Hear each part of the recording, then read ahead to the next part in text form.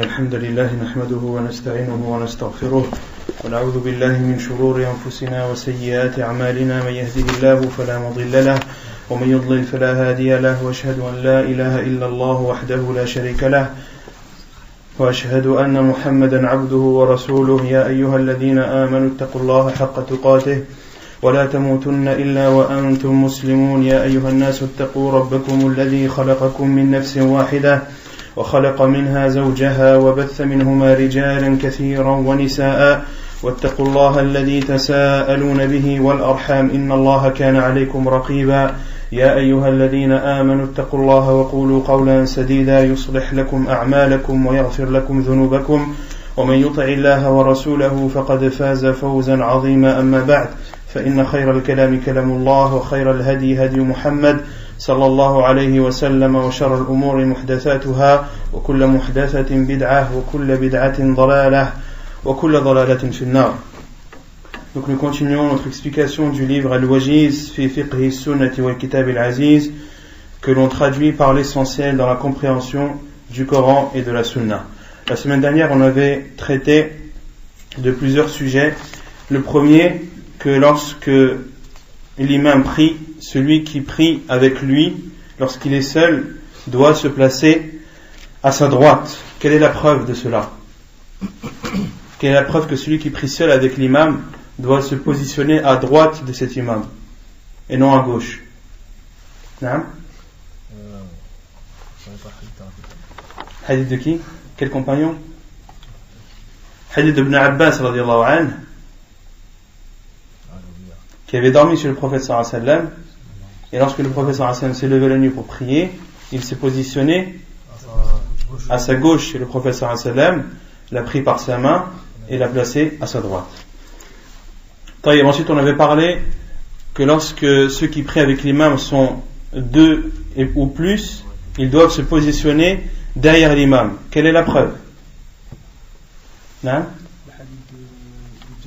Hadith de Jabir. Il a prié, il est venu à sa gauche, il a tiré, il l'a mis à sa droite. Et un autre sahabi il est venu, Zubair, Jabbar, et il est venu, il a prié à sa gauche, il les a pris les deux par les deux mains et il les a tirés vers Ahsant. C'est le hadith de Jabir ibn Abdillah radiyallahu anhu qui dit qu'il avait prié avec le prophète alayhi salatu wassalam, qui s'est positionné à sa gauche, le prophète sallallahu alayhi wa sallam l'a pris par sa main, l'a mis à sa droite. Puis Jabbar ibn Sakhr, un autre compagnon radiyallahu anhu, est venu se mettre ou rejoindre Jabir radiyallahu anhu dans sa prière avec le prophète sallallahu alayhi wa sallam. Il s'est positionné à gauche de Nabi sallallahu alayhi wa sallam. Il les a pris chacun par leurs mains et les a repoussés derrière lui. Donc c'est une preuve, les savants l'ont déduit, que lorsque les gens sont deux voire plus, ils doivent se positionner derrière l'imam. Ensuite on avait parlé de la femme lorsqu'elle prie avec l'imam, qu'elle doit se positionner tout le temps derrière. Ensuite, on avait parlé de l'obligation d'aligner les rangs pendant la prière. Quelle est la preuve que d'aligner les rangs pendant la prière est une obligation et non quelque chose de préférable ou de recommandé? Non.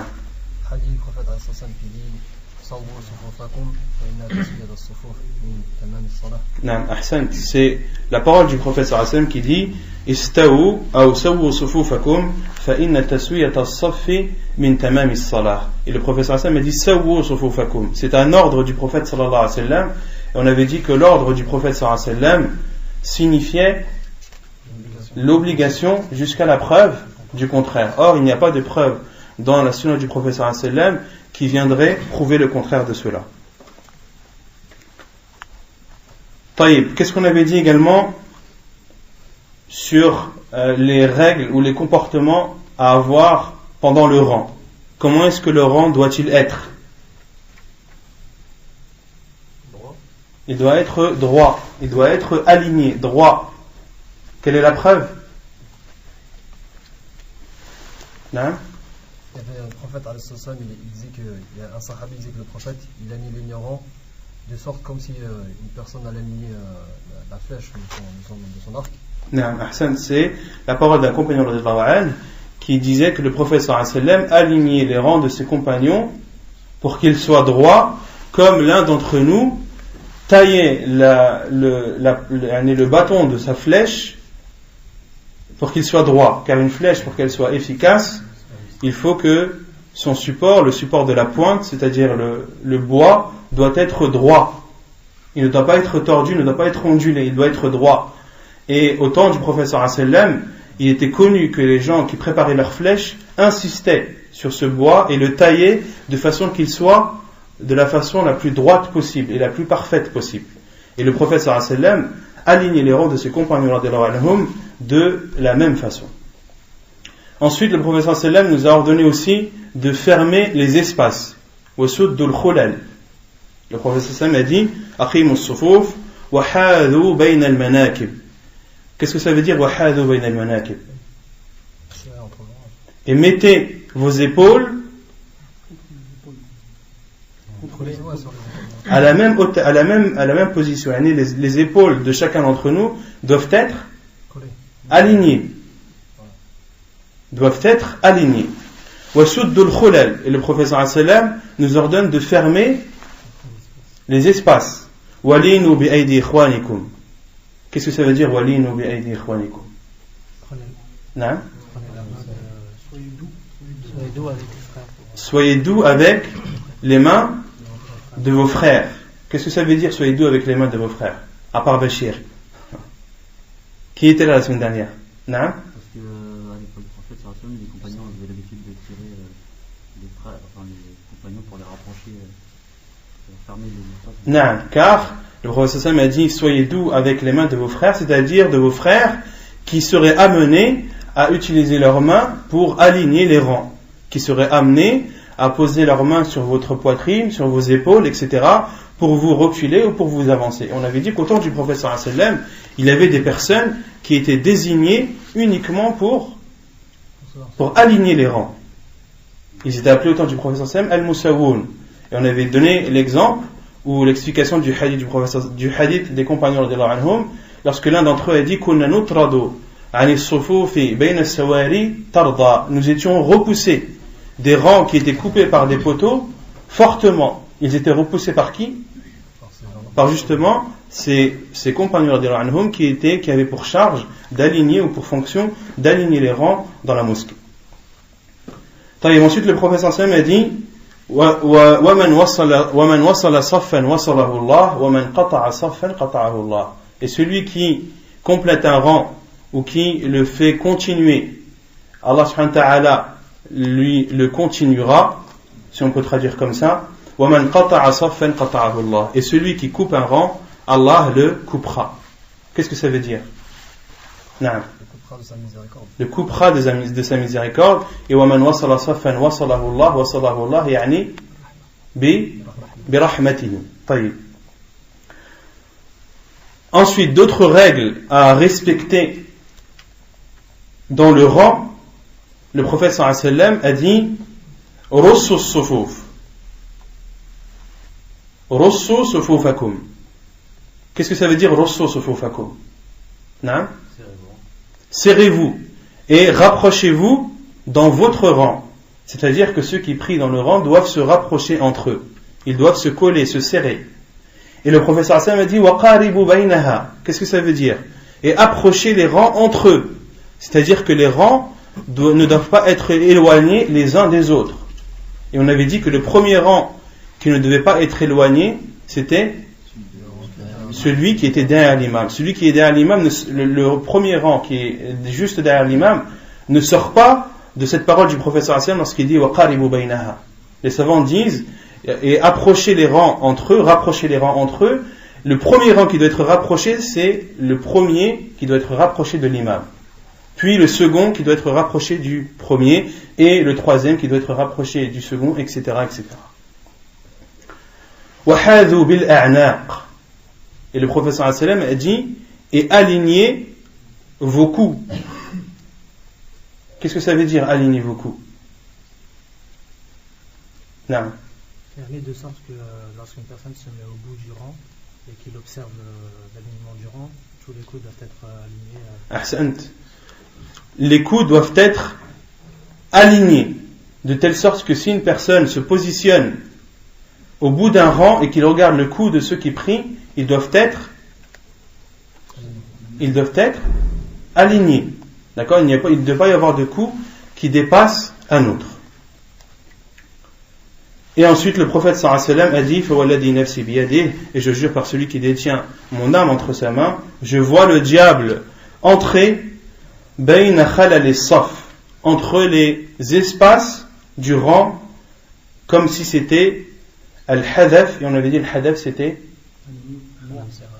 c'était un petit agneau ou un bovin noir. Ghanamun sirarun soud. Ghanamun sirarun soud. Non? Un ovin. J'ai dit un ovin? Non, un ovin, afin. Bovin, c'est les vaches, les bœufs, etc. Un ovin, donc ça peut être une brebis, ça peut être une chèvre, etc. Taïb. Comment aligner les rangs? Qu'est-ce qu'on avait dit sur cela? Quels sont les moyens qui nous permettent d'aligner les rangs et de savoir qu'un rang est aligné? Non? Les chevilles doivent être collées, mais elles doivent être sur la même ligne. D'accord? Les chevilles doivent être sur la même ligne. Et quoi d'autre? Les épaules. Les épaules doivent être alignées. Quoi d'autre? Les coups, comme on a dit dans le hadith précédent. Et quoi d'autre?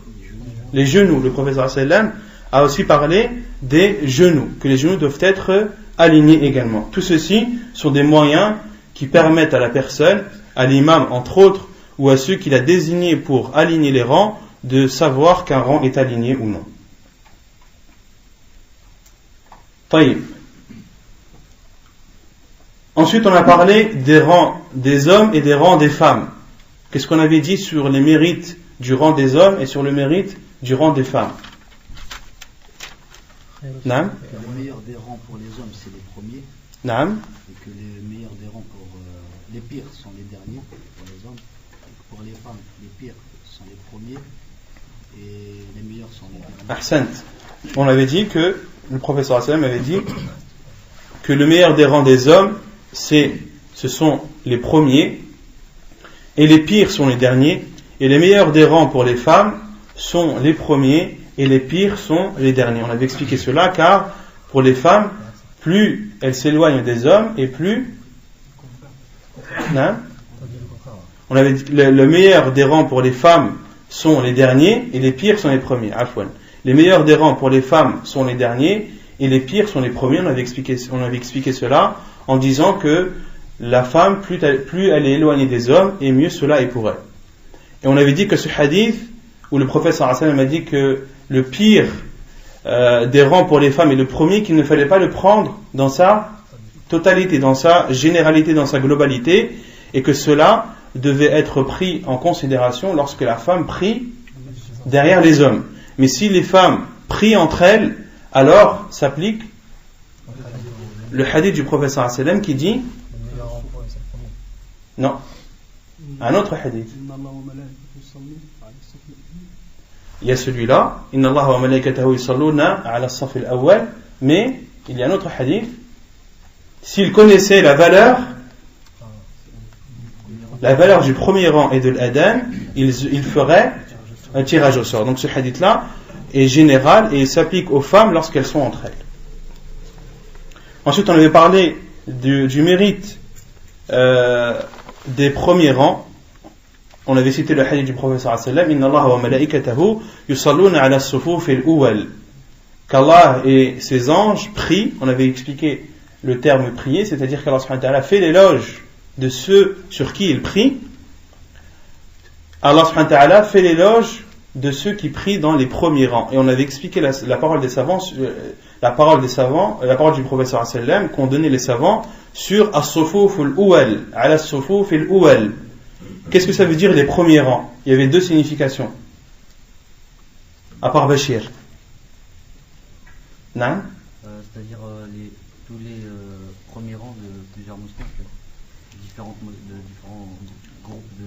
Non, donc la première explication c'était Ala Sufuf al-Awwal, sur les premiers rangs, c'est-à-dire sur le premier rang de chaque mosquée, ou le premier rang de chaque jama'a, de chaque groupe qui prie. Et la deuxième explication, c'est tous les rangs sauf le dernier. Tous les rangs sauf le dernier sont considérés comme les rangs de devant. Et le dernier, ceux qui prient dans le dernier rang n'ont pas ce mérite qu'Allah subhanahu wa ta'ala fasse ses éloges dans les cieux.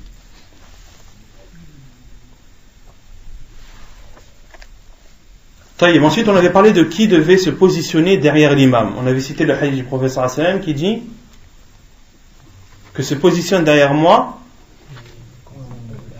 ceux qui sont pubères et qui sont doués de raison. Ceux qui sont pubères et doués de raison. Comment reconnaît-on une personne pubère? Non? Par rapport au poil du pubis. Par rapport au poil du pubis. À l'âge qui est de 15 ans. La moustache, ça rentre avec l'apparition des poils du pubis. La moustache pour les hommes. On avait dit qu'il y avait trois moyens de distinguer. Le premier, khuruj al-mani, bishahwa, la sortie du sperme avec sensation de plaisir. Et ceci, les savants ont dit, les rijali wa lin-nisa, pour les hommes et pour les femmes. Le second, l'apparition de poils dans le pubis, et pour les hommes, l'apparition des poils de la moustache. Le troisième, l'âge de 15 ans. L'âge de 15 ans. Et les savants ont donné un quatrième signe ou moyen de reconnaissance qui est propre et spécifique aux femmes, qui est l'apparition des menstrues. Pourquoi est-ce que le professeur Hassan a dit ulul ahlami wan nuha? D'où vient le terme nuha? Qui vient du mot nuhiyah, qui signifie وهو العقل وسمي بذلك لأنه ينهى عن القبائح. On avait dit, les savants ont dit que nuha c'est le pluriel de nuhiyah, et nuhiyah signifie la raison, car la raison empêche et interdit la personne de faire des choses détestables. Ensuite, on avait parlé qu'il était détestable de prier dans un rang qui était coupé par des piliers, des poteaux. On avait cité le hadith de Muawiyah ibn Qurrah, selon son père, qui dit Kunna nunha an nasuffa bayna as-sawari ala ahdi Rasulillah sallallahu alayhi wa sallam wa nutradu anha tarda. On nous interdisait de faire des rangs entre les piliers au temps du prophète sallallahu alayhi wa sallam, et nous étions repoussés de ces rangs fortement. Et on avait dit que il était autorisé à une personne seule de prier entre deux poteaux. D'accord? Que ce qui était interdit, c'était de prier dans un rang coupé par un poteau, mais qu'une personne était autorisée, lorsqu'elle prie seule, de prier entre deux poteaux. On avait cité la preuve sur cela lorsque le prophète a prié dans l'enceinte de la Kaaba, et que Bilal radhiyallahu anhu a vu le prophète prier entre deux piliers. Taïb. Ensuite, on avait parlé des excuses qui permettent ou qui autorisent à la personne de ne pas assister à la prière en groupe. La première est al-bardu wal-matar, le froid et la pluie. Quelle est la preuve? Le hadith d'Ibn Omar, quand il a fait l'adhan, le jour où il faisait très froid et il y avait du vent. Il a dit, au lieu de dire hayya ala salat, il a dit ala wa sallu fi rihalikum. Ala sallu fi rihal. Ahsant. C'est le hadith d'Ibn Omar radhiyallahu anhu qui, pendant une nuit où il y avait du froid et du vent, a dit à la place de hayya ala salah, dans son appel à la prière, ala sallu fi rihal, priez chez vous. Les savants ont déduit qu'il était autorisé de ne pas se rendre à la mosquée par temps de pluie et de froid, de grand froid. Une autre cause ou une autre excuse qui est acceptée pour ne pas se rendre à la mosquée, c'est une fois que le repas est servi. une fois que le repas est servi, car le prophète sallallahu alayhi wa sallam a dit إِذَا وُضِعَ عَشَاءُ أَحَدِكُمْ وَأُقِيمَتِ الصَّلَاةِ فَابْدَأُوا بِالْعَشَاءِ وَلَا يُعَجِّلْ حَتَّى يَفْرَغَ مِنْهُ. Lorsque le repas est posé, alors et que la prière est appelée, alors commencez par le repas et ne vous précipitez pas jusqu'à en avoir terminé. Et on avait cité aussi que Ibn Umar radiyallahu anhu, le repas était posé, qu'il le mangeait alors qu'il entendait la lecture, il a entendu l'adhan et puis la lecture de l'imam pendant sa prière, et cela ne l'a pas précipité pour se rendre à la mosquée. Ensuite, on avait cité la dernière cause qui est lorsque la personne est poussée des deux orifices. Lorsque la personne est poussée des deux orifices, cela lui permet et lui autorise de ne pas se rendre à la mosquée pour assister à la prière en groupe. طيب يقول المؤلف صلاة المسافر, la prière du voyageur. والقصر واجب على المسافر في الظهر والعصر والعشاء.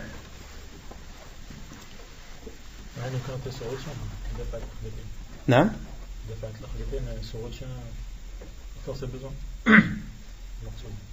نعم. La quatrième cause, lorsque la personne est poussée des deux orifices, c'est-à-dire lorsqu'il a envie d'uriner ou de faire des excréments et qu'il se retient, et que le fait qu'il se retienne le déconcentre et l'empêche de faire sa prière correctement. Le professeur Sam a dit la salata bi hadrati ta'am wala wa huwa yudafi'uhu al-akhbatan, et il n'est pas légiféré de faire la prière, qu'une personne fasse sa prière dans cet état lorsqu'il a des envies pressantes.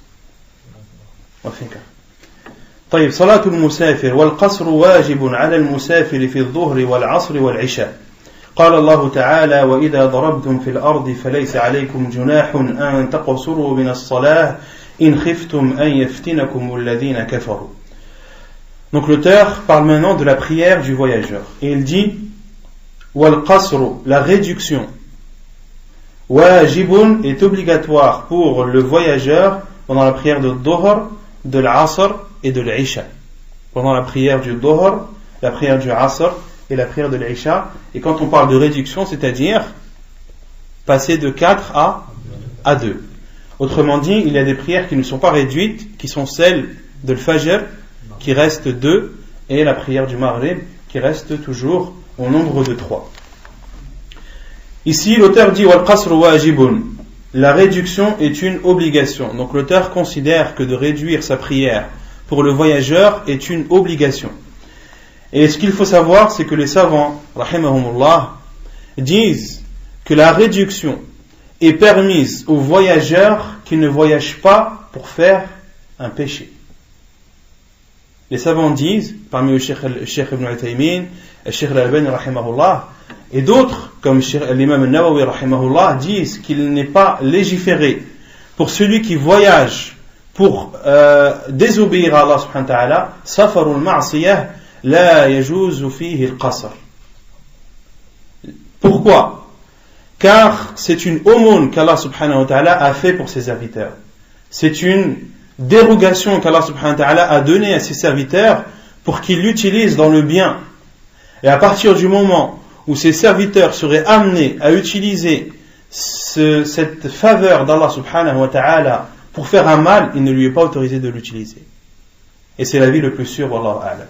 Donc lorsque l'on parle de diminution dans un voyage, c'est un voyage qui ne comporte pas de désobéissance. Une personne voyage sans désobéir à Allah subhanahu wa ta'ala. Quelle est la preuve qu'il est autorisé de réduire sa prière en état de voyage? La preuve, c'est la parole d'Allah subhanahu wa ta'ala وَإِذَا ضَرَبْتُمْ فِي الْأَرْضِ فَلَيْسَ عَلَيْكُمْ جُنَاحٌ أَن تَقْصُرُوا مِنَ الصَّلَاةِ إِنْ خِفْتُمْ أَن يَفْتِنَكُمُ الَّذِينَ كَفَرُوا. Et quand vous parcourez la terre, ce n'est pas un péché pour vous, ou il n'y a pas de mal pour vous de raccourcir de la salat, de la prière, si vous craignez que les mécréants ne vous mettent à l'épreuve.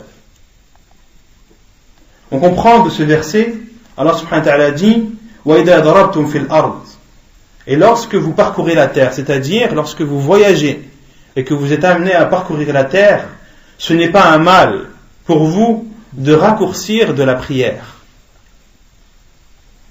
Et Allah subhanahu wa ta'ala a dit, si vous craignez que les mécréants ne vous mettent à l'épreuve. Allah subhanahu wa ta'ala a restreint dans ce verset, a dit qu'il n'y a pas de mal pour vous de réduire votre prière si vous avez peur que les mécréants ne vous fassent du mal. Autrement dit, celui qui voyage sans avoir peur, est-ce qu'il lui est autorisé de raccourcir sa prière? Si on lit ce verset, non. Justement, cette question, Omar ibn al-Khattab radhiyallahu anhu se l'est posée. Et il l'a posée par la suite au prophète sallallahu alayhi wa sallam. عن يعلى بن أمية أنه سأل عمر بن الخطاب عن هذه الآية فقال إن خفتم أن يفتنكم الذين كفروا فقد أمن الناس فقال عمر عجبت مما عجبت منه فسألت رسول الله صلى الله عليه وسلم عن ذلك فقال صدقة تصدق الله بها عليكم فاقبلوا صدقته. حديث صحيح رواه مسلم والنسائي وابن ماجه والترمذي. Selon Ya'la ibn Umayyah, il dit qu'il a demandé à Omar ibn al-Khattab radiyallahu anhu au sujet de ce verset. Il lui a dit, Allah subhanahu wa ta'ala a dit, in khiftum an yaftinakum alladhina kafaru. Si vous craignez que les mécréants ne vous mettent à l'épreuve. Et Ya'la ibn Umayyah a dit à Omar ibn al-Khattab, faqad amina an-nas. Maintenant les gens sont en sécurité, sont en paix.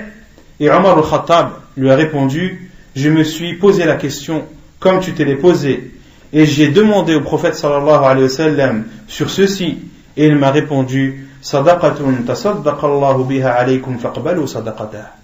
C'est une aumône qu'Allah subhanahu wa ta'ala vous a accordée, acceptez cette aumône de lui, acceptez son aumône, acceptez l'aumône d'Allah subhanahu wa ta'ala.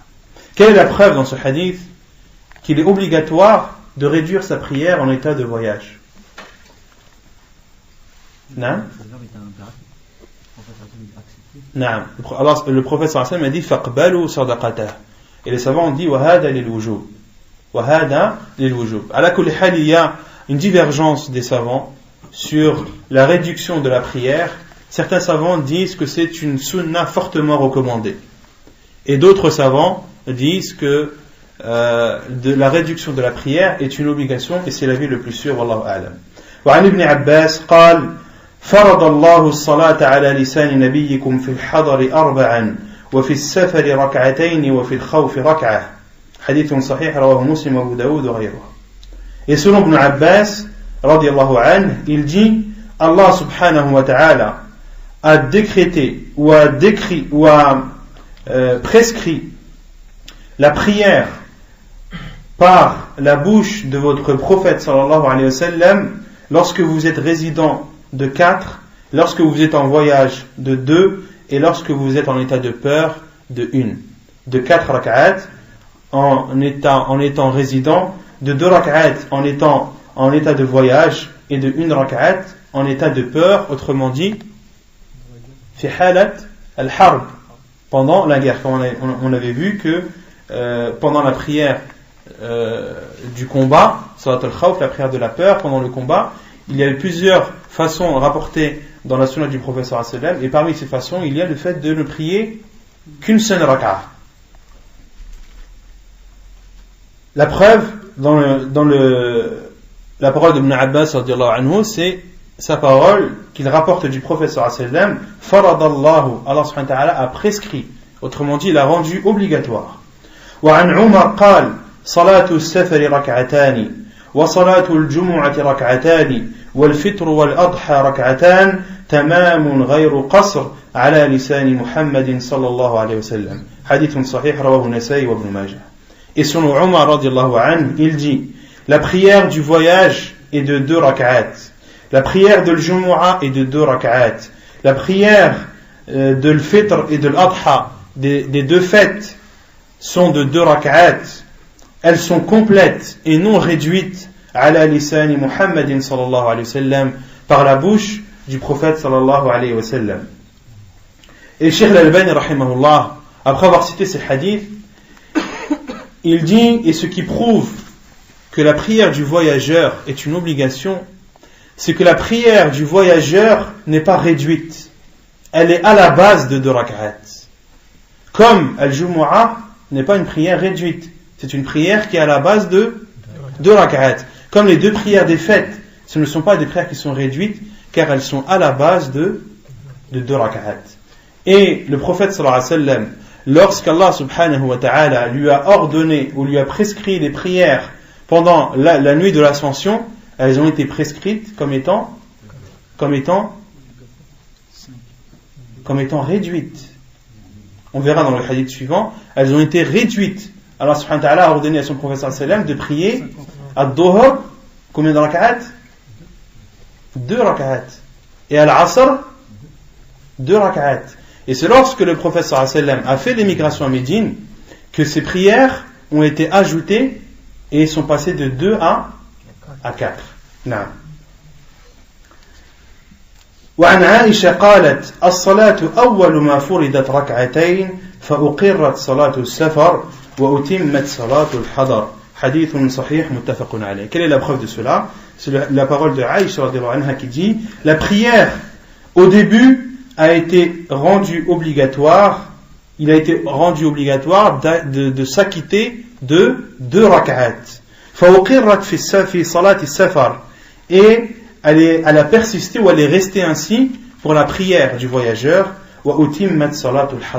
Et la prière du résident a été complétée, c'est-à-dire qu'elle était rajoutée de 2 rak'at pour les prières de Dhuhr et de Al-Asr et de Al-Isha. Donc tout cela nous prouve que de réduire ces prières pour le voyageur, ce n'est pas seulement une chose qui lui est demandée, mais c'est une chose obligatoire selon l'avis le plus sûr des savants. Wallahu a'lam. وعن ابن عمر قال: صحبت رسول الله صلى الله عليه وسلم في السفر فلم يزد على ركعتين حتى قبضه الله. وصحبت أبا بكر فلم يزد على ركعتين حتى قبضه الله أو حتى قبضه الله. وصحبت عمر فلم يزد على ركعتين حتى قبضه الله. ثم صحبت عثمان فلم يزد على ركعتين حتى قبضه الله. وقد قال الله: لقد كان لكم في رسول الله أسوة حسنة. حديث متفق عليه. Et selon Ibn Umar radiallahu anhu, il dit: j'ai accompagné le prophète sallallahu alayhi wa sallam pendant son voyage. Il n'a pas prié plus de 2 rak'at jusqu'à ce qu'Allah subhanahu wa ta'ala les prie, c'est-à-dire jusqu'à ce que le prophète sallallahu alayhi wa sallam ait quitté ce monde. Puis j'ai côtoyé Abu Bakr, il n'a pas ajouté plus de 2 rak'at, c'est-à-dire pendant le voyage, jusqu'à ce qu'Allah subhanahu wa ta'ala le prenne. Et j'ai côtoyé Omar, il n'a pas ajouté plus de 2 rak'at dans son voyage jusqu'à ce qu'il soit mort. ثم صحبت, puis j'ai côtoyé Uthman radiyallahu anhu, et il n'a pas ajouté plus de 2 rak'at pendant son voyage jusqu'à avoir quitté ce monde. Et ensuite, وقد قال الله, Ibn Umar radiyallahu anhu a dit, et Allah subhanahu wa ta'ala a dit: لقد كان لكم في رسول الله أسوة حسنة. Il y a dans le prophète sallallahu alayhi wa sallam le meilleur des exemples. La parole d'Ibn Umar radiallahu anhu est vraie, sauf pour Uthman radiallahu anhu. Uthman radiallahu anhu, on avait déjà parlé de ce sujet. Lorsqu'il était à Minan, il priait les prières complètes de 4 rak'at. Et les compagnons l'ont repris sur cela, et parmi eux Abdullah ibn Mas'ud radiallahu anhu, mais cela ne les a pas empêchés de prier derrière Uthman radiallahu anhu 4 rak'at. Pourquoi? Car ils considéraient que la divergence était un mal. Que la divergence était un mal, et les savants ont déduit entre autres qu'une personne qui était voyageur, qui priait derrière un imam résident, doit prier la prière de cet imam et de ne pas le contredire, de ne pas aller à son encontre, car la divergence et la division en islam, c'est un mal. Le prophète sallallahu alayhi wa sallam a dit: Al-khilafu shar, la divergence et la division est un mal. Et le hadith que prétendent beaucoup de personnes, khilafu ummati rahmah, la divergence de ma communauté est une miséricorde, c'est un hadith mawdou', c'est un hadith mensonger. Le prophète sallallahu alayhi wa sallam n'a jamais dit cela. D'accord? Et les savants, justement, qui considèrent que la réduction est une sunna fortement recommandée, utilisent justement ce fait de Uthman radhiyallahu anhu qui a pris 4 rak'at à Minan. Ils disent Uthman radhiyallahu anhu fait partie des khulafa ar-rashidin.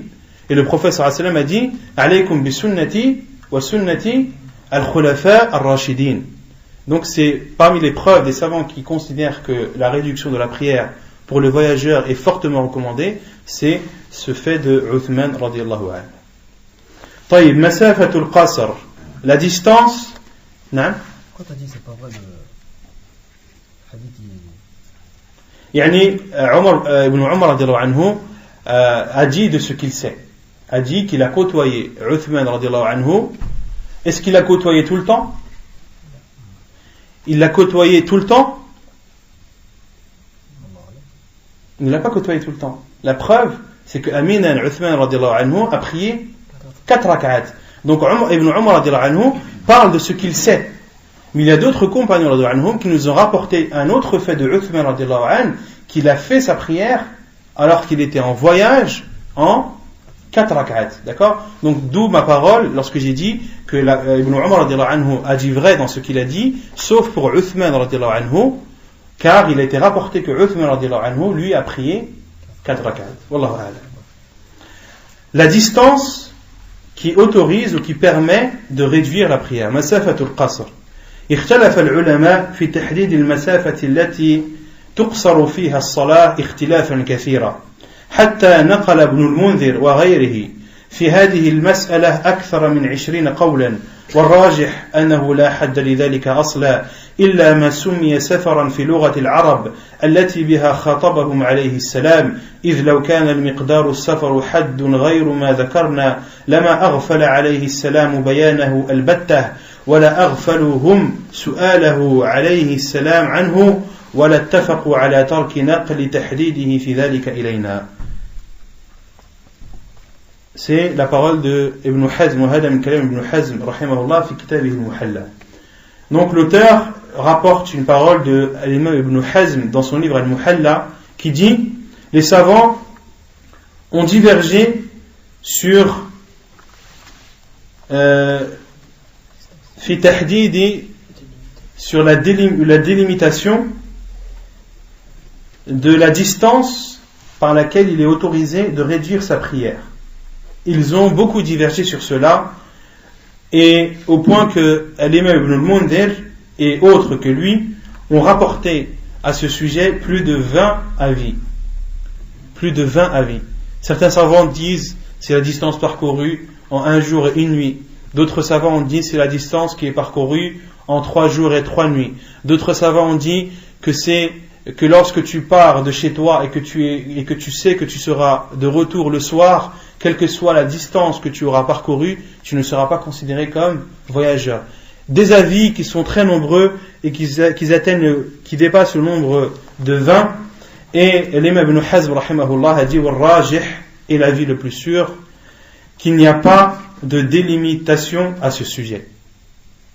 La hadda li dhalika asla, sauf ce qui est appelé en langue arabe comme étant un voyage. إذ لو كان لمقدار السفر حد غير ما ذكرنا لما أغفل عليه السلام بيانه البتة. Car s'il y avait une délimitation, si cette distance était connue au temps du prophète sallallahu alayhi wa sallam, le prophète sallallahu alayhi wa sallam n'aurait pas manqué de la définir. Et ses compagnons radhiyallahu anhum n'auraient pas manqué de demander au prophète sallallahu alayhi wa sallam quelle est cette distance qui nous permet de connaître ou qui nous permet de réduire nos prières en état de voyage. Donc l'avis le plus sûr, wallahu a'lam, c'est qu'il n'y a pas de délimitation bien précise. C'est ce qui est connu des gens. Comme cela est l'avis de Cheikh al-Islam ibn Taymiyyah rahimahullah, et l'avis de Cheikh al-Albani et d'autres, c'est que la distance qui, lorsqu'elle est parcourue, la personne est considérée comme étant voyageur et par là même lui autorise de réduire sa prière, c'est ce qui est connu chez les gens comme étant un voyage. C'est ce qui est connu chez les gens comme étant un voyage. et ce qui est connu chez les gens peut diverger d'un pays à un autre. Il y a des distances qui peuvent être parcourues dans des pays qui sont considérés comme un voyage, et dans d'autres pays ne sont pas considérés comme un voyage. Et cette distance peut être courte comme elle peut être grande. D'accord? Et beaucoup disent que Cheikh Ibn Uthaymin rahimahullah est de l'avis que la distance qui permet à la personne de savoir qu'elle est en voyage ou non est de 80 km. Cheikh Ibn Uthaymin rahimahullah dit cela, mais il dit quelque chose avant. Il dit que l'avis de Cheikh l'Islam Ibn Taymiyyah est la vérité. L'avis de Cheikh l'Islam Ibn Taymiyyah est la vérité. Huwa as-sawab. C'est-à-dire que la distance est ce qui est connu chez les gens. Mais Cheikh Ibn Uthaymin, qu'est-ce qu'il dit? Il dit, mais si ce qui est connu des gens ne permet pas à la personne de connaître si cette distance est considérée comme un voyage ou non. Car il y a peut-être des destinations où les gens, il n'y a pas de choses connues chez les gens comme pour définir cette destination. Dans ce cas, qu'est-ce que la personne doit faire? Dans ce cas-là, Cheikh Ibn Uthaymin dit, dans ce cas, lorsque ce qui est connu des gens n'est pas connu justement, ou n'a pas été défini, que les gens n'ont pas de position sur cette distance, alors il doit prendre l'avis qui limite à 80 km. Et pourquoi certains savants ont délimité sur la 80 km? Car ils ont calculé et ils ont vu que c'est la distance qui est parcourue à peu près en un jour et une nuit. Car dans des hadiths, il y a un jour et une nuit. Et les savants ont délimité cela à peu près 80 km. Comme le dit Cheikh Ibn Uthaymin, comme le dit également Cheikh Ibn Baz, rahimahullah ta'ala. Mais il faut d'abord prendre en considération ce qui est connu des gens. D'accord? Par exemple, nous qui sommes ici à Paris, quelqu'un qui va à Orléans, est-ce que c'est un voyageur ou pas? C'est un voyageur ou pas? Ça dépend. Pourquoi ça dépend? Si c'est connu comme un voyage. Justement, c'est ce que je demande. Est-ce que c'est connu comme un voyage celui qui va à Orléans? Celui qui va à Bordeaux? Celui qui va à Évreux? Non, c'est juste pas bon. Celui qui va à Évreux, c'est connu comme un voyage ou pas? Il y a plus de 100 km, je sais, mais est-ce que c'est considéré comme un voyage? Chez nous? Celui qui va à Évreux, est-ce qu'on dit, ouais, machallah, il est parti en voyage? Non. Il est parti à Évreux, c'est une distance qui est longue, mais chez nous, ici, c'est pas considéré comme un voyage. D'accord? Ainsi de suite. Donc, le moyen de connaître, c'est ce qui est connu des gens, ce que les gens savent et connaissent entre eux.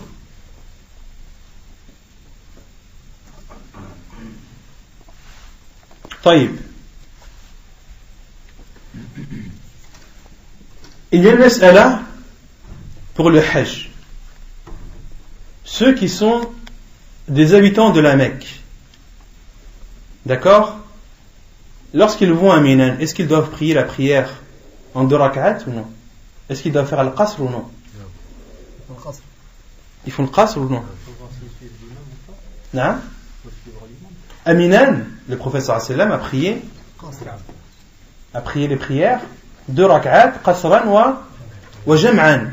Le prophète sallallahu alayhi wa sallam à Minan raccourcissait ses prières et les rassemblait. Et les savants disent que ceux qui sont à la Mecque et qui assistent au rite du Hajj, du pèlerinage, doivent eux aussi prier des prières raccourcies et des prières rassemblées. Et ils disent, et ceci car c'est la période du Hajj. Ceci car c'est la période du Hajj. Et comme le dit Cheikh Al-Albani rahimahullah, et s'ils se rendent à Minan en dehors de la période du Hajj, alors ils doivent compléter leur prière. C'est l'avis de Cheikh Al-Albani rahimahullah, il dit, les gens de la Mecque, lorsqu'ils se rendent à Minan pendant la période du Hajj, ils doivent prier des prières raccourcies. Mais s'ils s'y rendent en dehors de la période du Hajj, alors ils doivent la prier entièrement de 4 rak'at. طيب الموضع الذي يقصر منه ذهب جمهور العلماء إلى أن قصر الصلاة يشرع بمفارقة الحضر والخروج من البلد وأن ذلك شرط ولا يتم حتى يدخل أول بيوتها. قال ابن المنذر ولا أعلم أن النبي صلى الله عليه وسلم قصر في سفر من أسفاره إلا بعد خروجه من المدينة. وقال أنس صليت الظهر مع النبي صلى الله عليه وسلم بالمدينة 4 وبذي الحليفة 2 ركعتين. à partir de quel moment est-ce que la personne doit réduire et diminuer sa prière? Il est rapporté dans Fiqh Sunnah de Sayyid Sabiq, il dit ذهب جمهور العلماء, la plupart des savants considèrent que le fait de diminuer sa prière est légiféré à partir du moment où la personne quitte l'endroit où il réside. Il quitte sa ville et que cela est une condition. C'est une condition. Donc, lorsque tu t'apprêtes à voyager, tu n'es pas autorisé à réduire tes prières tant que tu es dans la ville, dans ta ville où tu résides. Il faut quitter ta ville, même si tu la quittes de quelques mètres, de quelques kilomètres, à partir de ce moment, il t'est autorisé de réduire ta prière. Car certains, et beaucoup pensent, qu'il ne t'est autorisé de réduire ta prière qu'à partir du moment où tu as dépassé la distance minimum. Cela est faux. Lorsque tu as l'intention de voyager, eh bien, il t'est autorisé de réduire ta prière à partir du moment où tu quittes la ville où tu résides. Et quand est-ce qu'il complétera ses prières lors de son retour? Lorsqu'il entre dans sa ville. Et ce n'est pas lorsqu'il la voit, c'est lorsqu'il y entre. Comme cela a été rapporté par Ali radiyallahu anhu. Lorsqu'il est retourné à Al-Koufa, en Irak, il s'est arrêté avant la ville et a prié en raccourcissant ses prières. Et ceux qui étaient avec lui ont dit, mais la ville de Koufa est là. Et il leur a répondu radiyallahu anhu, inna ma dakhalna fiha, ou kama qal. Nous n'y sommes pas encore rentrés. Nous n'y sommes pas encore entrés. D'où la parole de l'auteur lorsqu'il dit wala yutimmu hatta yadkhula awwala buyutiha, jusqu'à ce qu'il entre dans sa ville, qu'il y soit présent physiquement. Qala Ibn al-Mundhir a dit, et je ne connais du prophète sallallahu alayhi wa sallam lorsqu'il a réduit ولا أعلم أن النبي صلى الله عليه وسلم قصر في سفر من أسفاره إلا بعد خروجه من المدينة. Et le prophète sallallahu alayhi wa sallam n'a réduit ses prières pendant son voyage que lorsqu'il a quitté Médine. Et Anas radiyallahu anhu a dit, j'ai prié avec le prophète sallallahu alayhi wa sallam la prière de Dohr 4 rak'at wa bidhil hulayfa rak'atayn. J'ai prié avec le prophète sallallahu alayhi wa sallam la prière de Dohr à Médine de 4 rak'at wa bidhil hulayfa. Dhil Hulayfa qui est al-miqat connu, miqat ahl al-Madina, c'est le point des gens de Médine lorsqu'ils pour être en état de ihram, en état de sacralisation. Ceux qui parmi les gens de Médine et les gens de Sham, de la région du Sham, lorsqu'ils veulent se rendre à la Mecque et passer en état de sacralisation, leur miqat c'est Dhul Hulayfa. C'est Dhul Hulayfa, donc ils font l'ihram dans ce miqat, et ceux qui le dépassent sans être en état de sacralisation doivent retourner. D'accord? Et Dhul Hulayfa, c'est un endroit qui est proche de Médine, qui est à peu près à 5 km de Médine.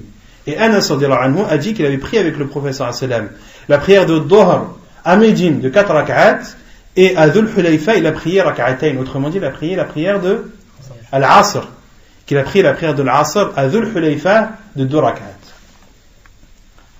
طيب المسافر إذا أقام لقضاء حاجة ولم يجمع إقامة يقصر حتى يخرج.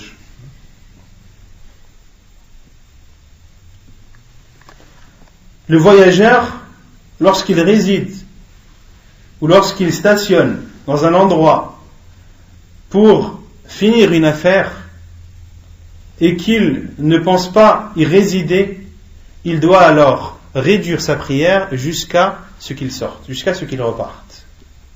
عن جابر قال أقام النبي صلى الله عليه وسلم بتبوك 20 يوما يقصر الصلاة.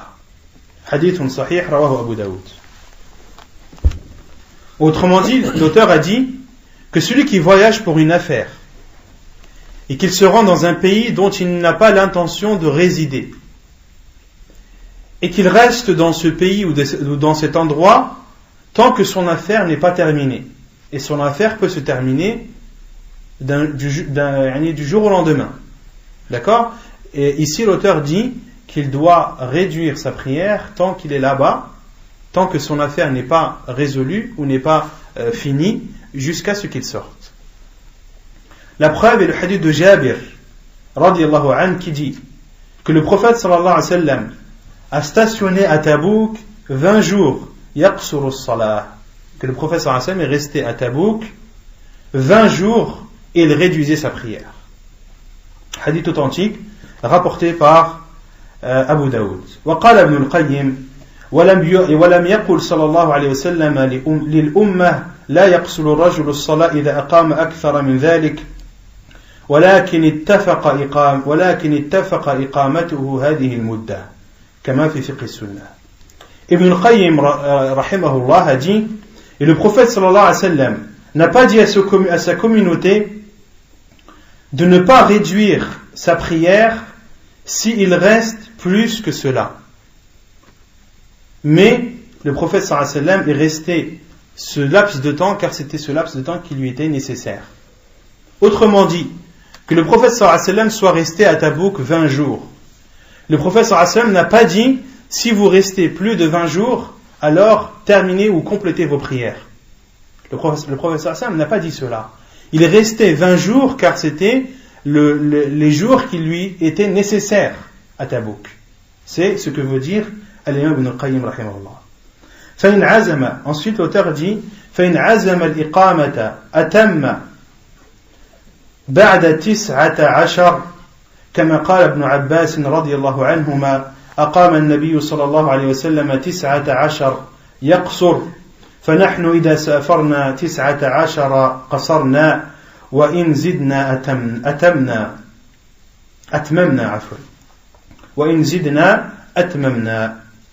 Hadith sahih rawahu al-Bukhari wa al-Tirmidhi. Et l'auteur dit, et si la personne reste plus de 19 jours, il doit compléter sa prière. Il doit compléter ses prières.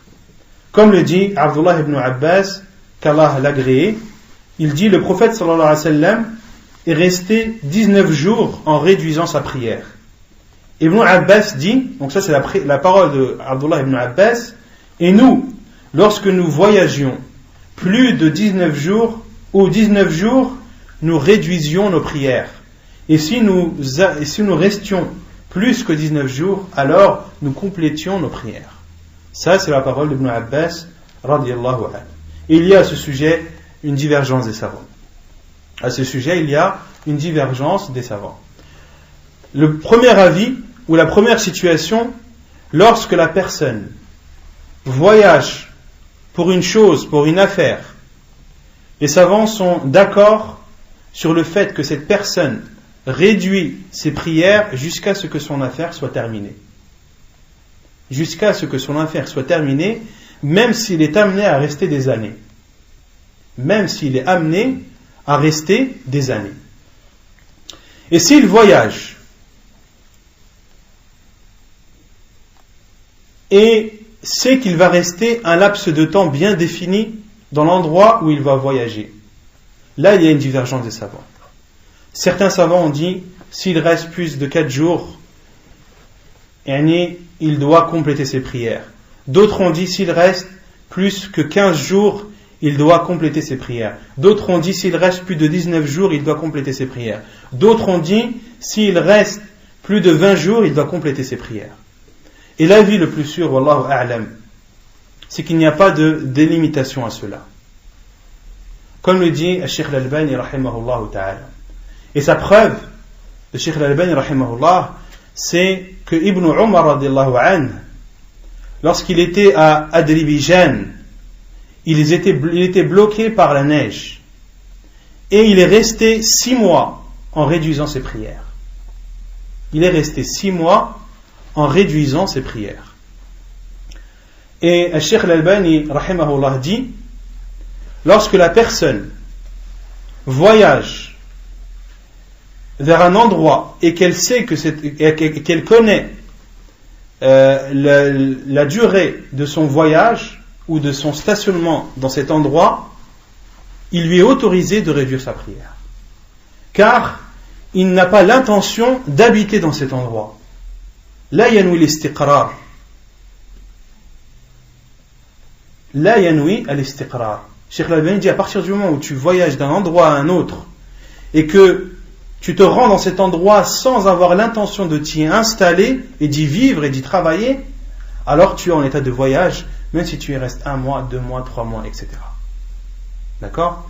Sauf dans un cas où lorsque tu voyages d'un endroit à un autre et que dans cet autre endroit tu n'es pas considéré comme étant voyageur. Comme par exemple, pour ceux qui ont une maison par exemple en Maroc ou en Algérie. Tu pars de ta maison ici et tu vas dans ta maison au Maroc. Est-ce que toi, lorsque tu es dans ta maison au Maroc, est-ce que tu te considères comme étant voyageur? Tu ne te considères pas comme étant voyageur. Si par exemple, tu pars par exemple à la Mecque, tu as un voyage d'1 mois pour faire une umrah. Là-bas, est-ce que tu te sens comme étant voyageur? Oui. Tu te sens comme étant voyageur. Contrairement à lorsque tu vas au Maroc chez toi, c'est ta maison. C'est un environnement que tu connais, qui ne t'est pas étrange. D'accord? Donc, tu te sens toi-même, tu ne te sens pas considéré comme étant voyageur. Et c'est pour cela que Cheikh Al-Albani, rahimahullah, ce qui était questionné sur cela, il dit lorsqu'il allait à la Mecque, et qu'il allait, car Cheikh Al-Albani avait une fille qui habite à la Mecque, lorsqu'il allait à la Mecque, il allait rendre visite chez sa fille, ou il descendait chez sa fille, et Cheikh Al-Albani dit, je faisais ma prière complète, car il était chez sa fille. Il ne se considérait pas comme étant voyageur. Vous avez saisi? Oui. Ça c'est l'avis le plus sûr, wallahu a'lam. Al-jam'u bayna as-salatayn.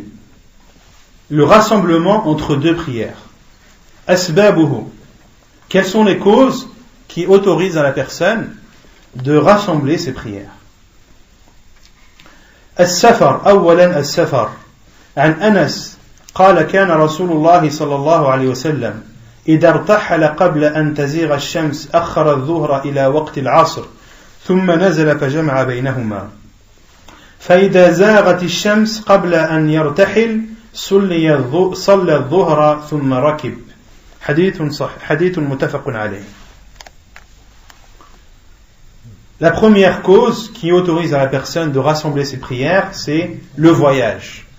La preuve, c'est le hadith de Anas qui dit, lorsque le prophète sallallahu alayhi wa sallam partait en voyage, avant que le soleil ne dépasse le zénith, il retardait la prière du Dhuhr jusqu'à la prière du Asr. Et lorsqu'il s'arrêtait, il rassemblait les 2 prières. Autrement dit, lorsque le prophète sallallahu alayhi wa sallam voyageait avant la prière de Dhuhr, lorsqu'il s'arrêtait à l'heure de l'Asr, il rassemblait al-Dhuhr et al-Asr à l'heure de l'Asr. فإن زاغت الشمس قبل أن يرتحل صلى الظهر ثم ركب. Et lorsque le soleil avait dépassé son zénith, autrement dit, lorsque l'heure de Dhuhr était entrée, et que le prophète sallallahu alayhi wa sallam avait l'intention de voyager, il priait d'abord al-Dhuhr, puis voyager. Autrement dit, on a déduit de ce hadith qu'il est autorisé de faire jam' al-ta'khir, qu'il est autorisé de faire le rassemblement, si on peut traduire comme ça, retardé.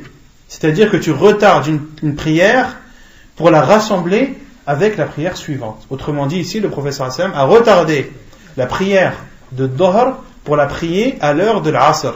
Autrement dit, il a fait jam' al-ta'khir, ce que les savants appellent jam' al-ta'khir.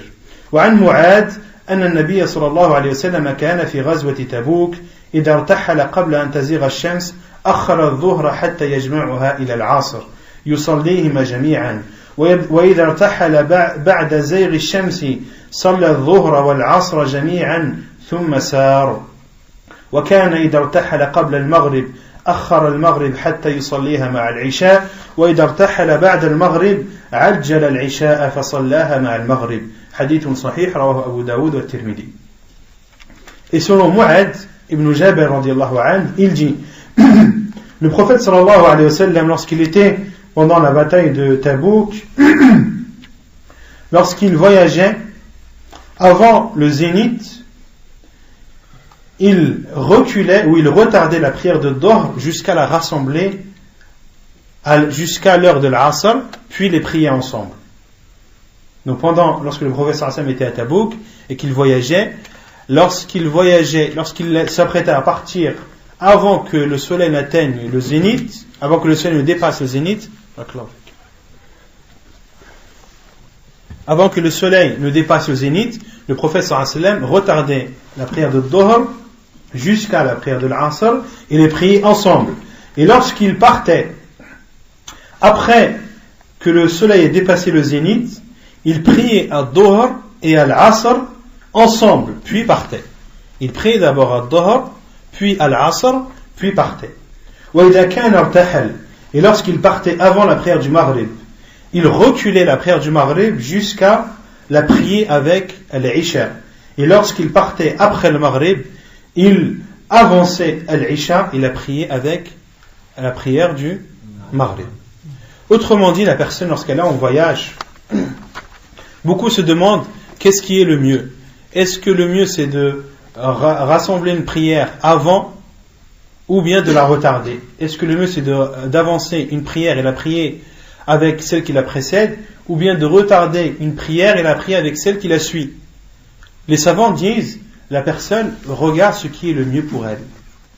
La personne regarde ce qui est le mieux pour elle. Si tu es en voyage et que à l'heure de Dhuhr tu roules, tu es en plein trajet, alors retarde la prière de Dhuhr jusqu'à la prière de l'Asr. Et à l'heure de l'Asr, arrête-toi et rassemble les deux prières, la prière de Dhuhr et la prière de l'Asr, à l'heure de l'Asr. Yani la personne voit ce qui l'arrange le plus. وعنه أي عن معاذ بن جبل رضي الله عنه أنهم خرجوا مع رسول الله صلى الله عليه وسلم عام تبوك فكان رسول الله صلى الله عليه وسلم يجمع بين الظهر والعصر والمغرب والعشاء قال فأخر الصلاة يوما ثم خرج فصلى الظهر والعصر جميعا ثم دخل ثم خرج فصلى المغرب والعشاء جميعا. حديث صحيح رواه أبو داود والنسائي. Et selon Mu'ad également, il dit qu'ils étaient sortis avec le prophète sallallahu alayhi wa sallam l'année de Tabouk, l'année où il y avait la bataille de Tabouk. Et le prophète sallallahu alayhi wa sallam rassemblait entre Dhuhr et l'Asr et entre le Maghrib et l'Isha. Et lorsque l'on lit la parole de Mu'ad, yajma'u bayna al-Dhuhr wal-'Asr wal-Maghrib wal-'Isha. Si on lit textuellement, il rassemblait entre Dhuhr et l'Asr et le Maghrib et l'Isha. Il ne faut pas comprendre que le prophète sallallahu alayhi wa sallam rassemblait les quatre en même temps, mais il en rassemblait deux à l'heure de chacune, à l'heure d'une des deux prières. Autrement dit, il rassemblait al-Dhuhr avec al-Asr et il rassemblait al-Maghrib avec al-Isha. D'accord? Car certains pourraient comprendre qu'il est autorisé de rassembler les quatre prières en même temps. Non. قال فأخر الصلاة يوما. Puis Mu'ad ibn Jabal dit, et le prophète sallallahu alayhi wa sallam a retardé la prière un jour, puis est sorti à prier à Dhuhr et à l'Asr ensemble, puis est rentré, il est ressorti, puis a prié à Maghrib et à l'Isha ensemble.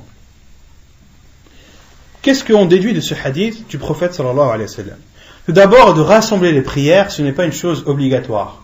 Les savants disent de rassembler la prière, c'est une chose préférable. Ce n'est pas obligatoire comme le fait de la réduire. Donc de réduire la prière, l'avis le plus sûr c'est que c'est obligatoire, mais de rassembler les prières, al-jam', les savants disent que c'est préférable.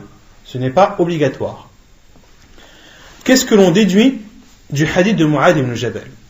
Certains savants disent, lorsque tu es en état de voyage et que tu es en route, que tu te déplaces, d'accord?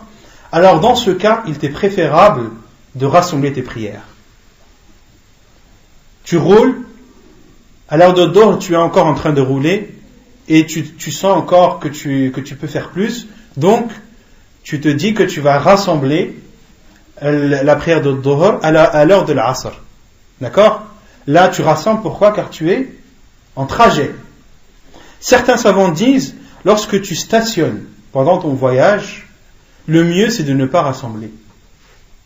Lorsque tu stationnes pendant ton voyage, le mieux c'est de ne pas rassembler. Supposons que tu veuilles faire une pause toute l'après-midi, de l'heure de Dhuhr jusqu'à l'heure de l'Asr. Autrement dit, tu t'es arrêté pendant l'heure de Dhuhr et pendant l'heure de l'Asr. Certains savants disent que le mieux pour toi dans ce cas, c'est de ne pas rassembler, car tu n'en as pas le besoin. Ça, c'est l'avis de Cheikh Ibn Uthaymin, rahimahullah ta'ala. Mais l'avis le plus sûr, wallahu a'lam, c'est qu'il est préférable, même lorsque tu es en état de stationnement, de rassembler tes prières. La preuve, c'est le hadith de Mu'ad. Où est la preuve dans le hadith de Mu'ad? Ahsant. Thumma kharaja, thumma dakhal. Dans le hadith de Mu'ad ibn Jabal, les compagnons étaient en voyage. Mais ils ont dit, lorsque le prophète sallallahu alayhi wa sallam est sorti, a prié à Dhuhr et à l'Asr ensemble, puis est rentré, puis est ressorti et a prié à Al-Maghrib et à l'Isha ensemble. Autrement dit, le prophète sallallahu alayhi wa sallam, est-ce qu'il était en déplacement? Non, il était en stationnement. Et comment est-ce qu'on sait qu'il était en stationnement? C'est qu'il est rentré et il est sorti. Et une personne, lorsqu'elle rentre et lorsqu'elle sort, c'est qu'elle est posée. Elle n'est pas en train de rouler ou en train de se déplacer. Donc l'avis le plus sûr, wallahu a'lam, c'est que lorsque tu es en état de voyage, que tu sois en train de rouler ou que tu sois en état de stationnement, qu'il t'est préférable de faire al-jam', de rassembler tes prières, wallahu a'lam. ثانيا المطر عن نافع أن عبد الله بن عمر كان إذا جمع الأمراء بين المغرب والعشاء في المطر جمع معهم. La deuxième cause qui permet à la personne de rassembler ses prières, c'est la pluie.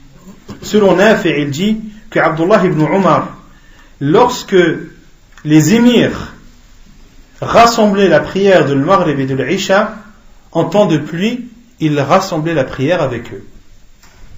Car au temps des compagnons radiyallahu anhum, qui étaient les imams? C'était les gouverneurs. Au temps des compagnons et même après, ceux qui étaient imams, ceux qui étaient gouverneurs, c'était eux qui présidaient la prière. Au temps du prophète sallallahu alayhi wa sallam, qui était Amirul Mu'minin? C'était le prophète sallallahu alayhi wa sallam.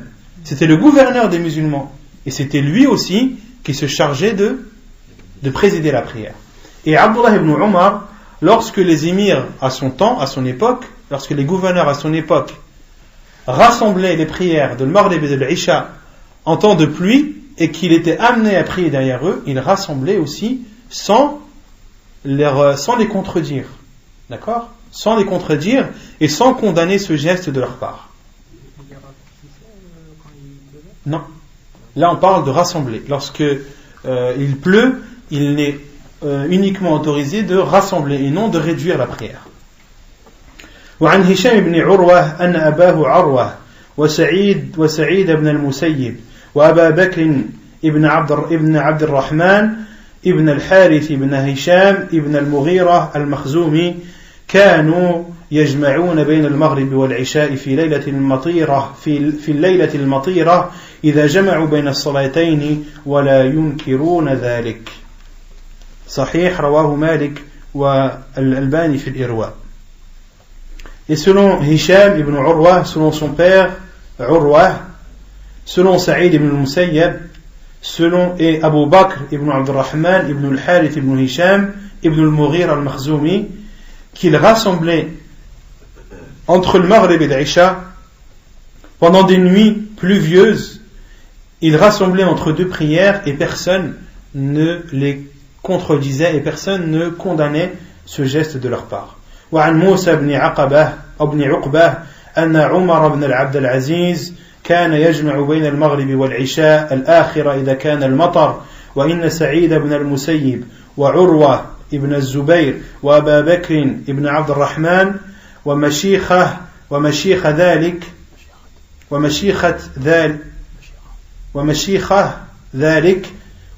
ذلك الزمان كانوا يصلون معهم ولا ينكرون ذلك. Et selon Moussa ibn Uqbah, que Omar ibn Abdul Aziz, qui fait partie des tabi'in ou des atba' tabi'in? Atba' tabi'in, que Omar ibn Abdul Aziz rassemblait entre le Maghrib et l'Isha lorsqu'il pleuvait, et que Saïd ibn al-Musayyib et Urwa ibn Zubayr et Abu Bakr ibn Abdurrahman et les shuyukh de cette époque, lorsqu'ils priaient avec eux, ils ne condamnaient pas cela.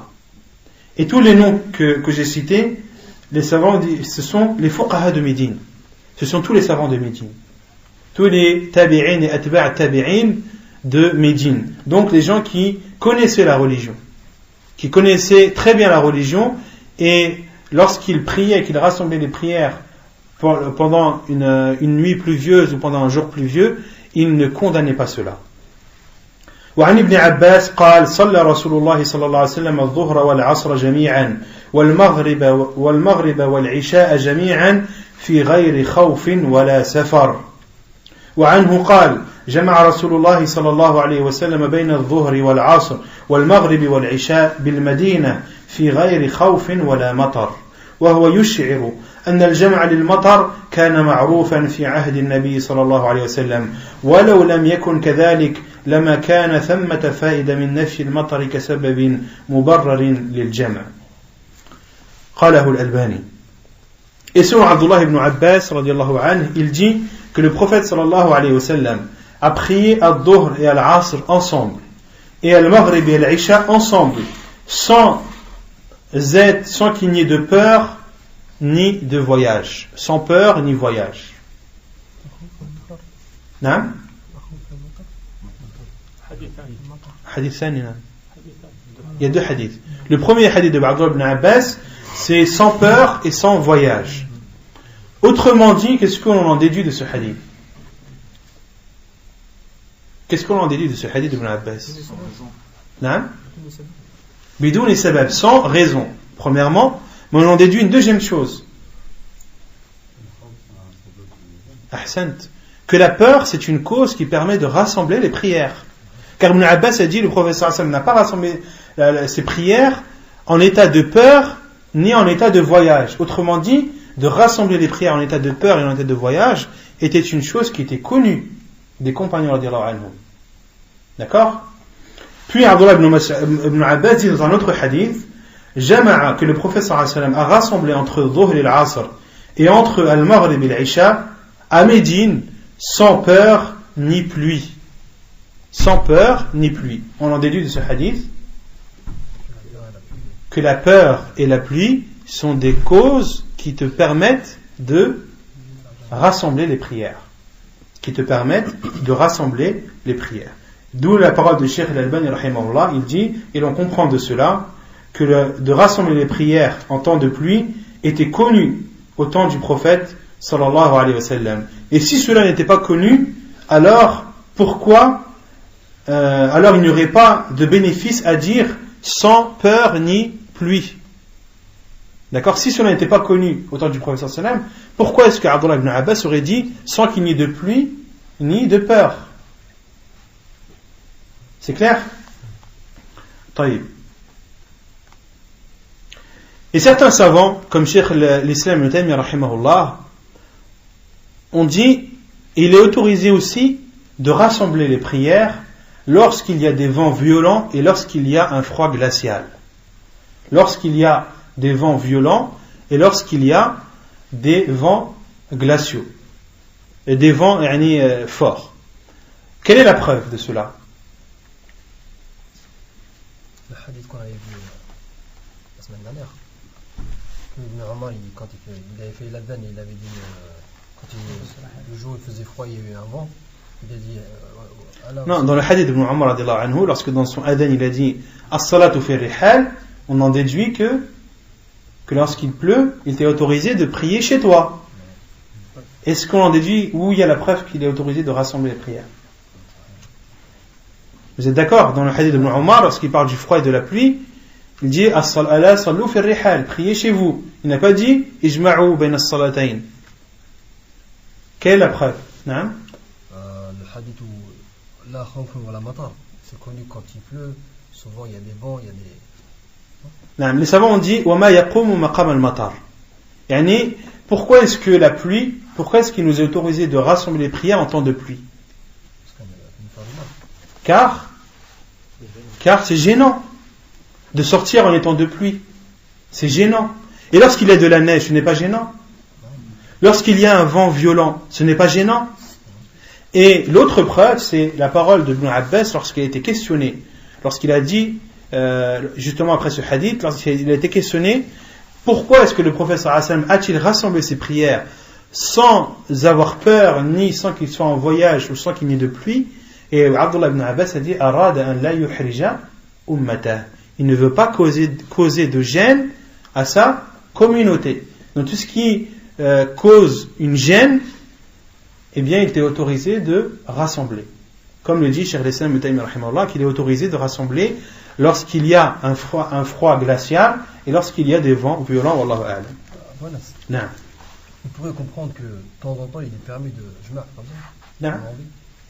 Non, pas sans raison. Et si on lit le hadith là. Non. Justement, le hadith il s'arrête à min ghayri khawfin wala matar. L'auteur s'est arrêté à la parole de Abdullah ibn Abbas sans qu'il n'y ait de peur ni de pluie. Mais après, on verra après, dans le 4e point, Abdullah ibn Abbas a été questionné. Pourquoi est-ce que le prophète sallam a fait cela? Et Abdullah ibn Abbas a dit arada an la yuhrija ummata, il ne veut pas causer de gêne à sa communauté. Les savants l'ont déduit, lorsque la personne éprouve une gêne, alors il lui est autorisé de rassembler. Mais lorsqu'elle éprouve une gêne. Ouais, mais une personne pourrait te dire, maintenant, moi quand je suis en travail, je ne peux pas faire ma salat dhuhr, je peux que la faire en... Ça peut très bien être compréhensible qu'une personne dans son travail ne puisse pas occasionnellement faire ses prières à l'heure. Il peut être, par exemple, une personne peut très bien avoir une réunion importante. Et ça serait pour lui une gêne de faire ad-dhuhr à son heure et al-asr à son heure. Et comme c'est une réunion qui est occasionnelle et que ça lui causerait une gêne de faire sa prière, alors il est autorisé de temps en temps de faire al-jam'. ثالثا الحاجة العارضة. عن ابن عباس قال: صلى رسول الله صلى الله عليه وسلم الظهر والعصر جميعا بالمدينة في غير خوف ولا سفر. قال أبو الزبير: فسألت سعيدا لما فعل ذلك؟ فقال: سألت ابن عباس كما سألتني، فقال: أراد أن لا يحرج أحدا من أمته. وعنه قال: جمع رسول الله صلى الله عليه وسلم بين الظهر والعصر والمغرب والعشاء بالمدينة في غير خوف ولا مطر. قيل لابن عباس: وما أراد إلى ذلك؟ قال: أراد أن لا يحرج أمته. قال الإمام النووي رحمه الله في شرح مسلم: وذهب جماعة من الأئمة إلى جواز الجمع في الحضر للحاجة لمن لا يتخذه عادة، وهو قول ابن سيرين وأشهب من أصحاب مالك، وحكاه الخطابي عن القفال والشاشي الكبير من أصحاب الشافعي عن أبي إسحاق المروزي عن جماعة من أصحاب الحديث، واختاره ابن المنذر ويؤيده ظاهر قول ابن عباس: أراد أن لا يحرج أمته فلم يعلله بمرض ولا غيره والله أعلم. Donc la troisième cause qui te permet de rassembler tes prières, c'est le besoin nécessaire. Un besoin nécessaire. عن ابن عباس نعم العارض نعم un besoin occasionnel. Un besoin occasionnel. عن ابن عباس, selon Ibn Abbas, il dit: le prophète sallallahu alayhi wa sallam a prié à Dhuhr et à l'Asr ensemble à Médine, sans peur ni voyage. Abdullah ibn Zubayr a dit: j'ai demandé à Saïd, pourquoi a-t-il fait cela? Abu Zubayr a questionné Saïd, pourquoi a-t-il fait cela? Il a répondu: j'ai demandé à Ibn Abbas comme tu m'as demandé, et il m'a répondu: il ne voulait pas causer de gêne à qui que ce soit de sa communauté. Et selon Abdullah ibn Abbas également, le prophète sallallahu alayhi wa sallam a rassemblé entre Dhuhr et l'Asr et le Maghrib et l'Isha à Médine sans peur ni pluie. Il a été dit à Ibn Abbas: que voulait-il par cela? Il a répondu: il ne voulait pas causer de gêne à sa communauté. Et l'imam al-Nawawi rahimahullah a dit dans son livre Sharh Sahih Muslim, et l'avis d'une partie des imams et l'autorisation de rassembler les prières en étant résident pour celui qui en a le besoin, à condition qu'il ne prenne pas cela comme une habitude. Et c'est l'avis de Ibn Sirin, de Ashhab parmi les partisans de Malik, et cet avis a été également rapporté par Al-Khattabi selon Al-Qafal et Al-Shashi Al-Kabir qui fait partie des compagnons de Shafi'i selon Abi Ishaq Al-Marwazi selon une partie ou un groupe des gens du hadith, et c'est l'avis qu'a choisi Ibn al-Mundhir rahimahullah, et cet avis est soutenu par la parole d'Ibn Abbas radiyallahu anhu lorsqu'il a dit il ne voulait pas causer de gêne à sa communauté. Il n'a pas restreint cette gêne à une maladie ou autre. Abdullah ibn Abbas radiyallahu anhu, lorsqu'il a dit arada la yukhrija ummatahu, que le prophète sallallahu alayhi wa sallam a voulu par cela ne pas causer de gêne à sa communauté, Abdullah ibn Abbas n'a pas restreint cette gêne. Il n'a pas dit si la personne est malade. Il a dit lorsque la personne en éprouve le besoin. D'accord ? Donc cette gêne, elle est générale.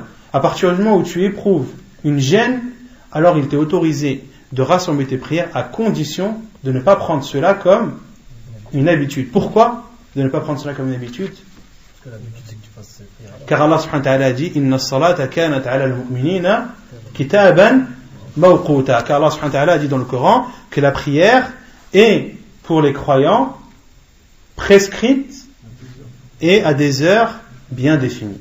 Elle est prescrite et à des heures bien définies. Ensuite, le besoin, tout dépend des situations de chacun. Ça peut être par exemple un chirurgien qui doit faire une opération très longue et cette opération, elle tombe pendant l'horaire de 2 prières. Il lui est autorisé de rassembler ces 2 prières car il en éprouve le besoin, etc., etc. À partir du moment où tu éprouves une gêne et un besoin et que ce besoin est occasionnel et que tu es résident, que tu n'es pas voyageur, il t'est autorisé de rassembler tes prières occasionnellement. Wallahu a'lam. Il y avait une question qui avait été posée la semaine dernière, il y a 2 semaines. Un frère qui avait posé la question. Une personne qui est résidente, elle part en voyage à l'heure de Dohor et n'a pas prié de Dohor. Elle part en voyage, en état de voyage. Cette prière de Dohor, comment est-ce qu'il doit la prier? Est-ce qu'il doit la compléter ou est-ce qu'il doit la prier réduite? Sachant qu'il est parti d'ici en étant résident et à l'heure de la prière. Vous voulez un exemple? Une personne qui part à l'heure de Dohor. L'heure de Dohor, on va dire que c'est à 2 heures. L'heure commence à 2 heures. Une personne a été excusée, ne s'est pas rendue à la mosquée. Elle part en voyage, n'a pas prié de Dohor. Elle part en voyage, elle s'est dit je vais prier de Dohor lorsque je serai sur la route. À l'heure de l'Asr, il est en plein voyage. Il veut rassembler ces 2 prières. Est-ce qu'il a le droit de raccourcir la prière de Dohor, sachant qu'il est parti à l'heure de Dohor en étant résident? Non.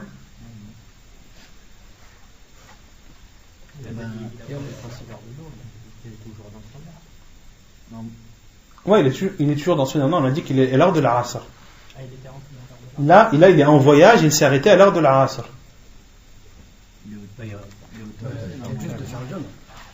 Il y a juste de faire le jam, d'accord, mais moi je te parle de qasr, je parle de la réduction. Parce qu'il a le droit de faire un drôle avec la Asr. Non, les savants disent que cela est autorisé. Il est autorisé lorsque tu pars à l'heure d'une prière que tu n'as pas faite et que tu ne l'accomplis qu'en état de voyage, il t'est autorisé de la raccourcir. Comme le dit Cheikh Ibn Uthaymin, rahimahullah ta'ala. Mais Cheikh Ibn Uthaymin dit aussi une autre chose, c'est qu'une personne qui est résidente, qui avait l'intention de prier sa prière en étant résident, mais l'a oublié, puis voyage, et se rappelle en état de voyage qu'il n'a pas prié cette prière. Il reste sur sa niya. Une personne qui, à l'heure de Dohor, n'a pas pu se rendre à la mosquée. Il est excusé, il a une raison valable parmi celles que l'on a citées. Il avait l'intention de prier Dohor en étant résident, puis de prendre la route du voyage. Mais il a oublié.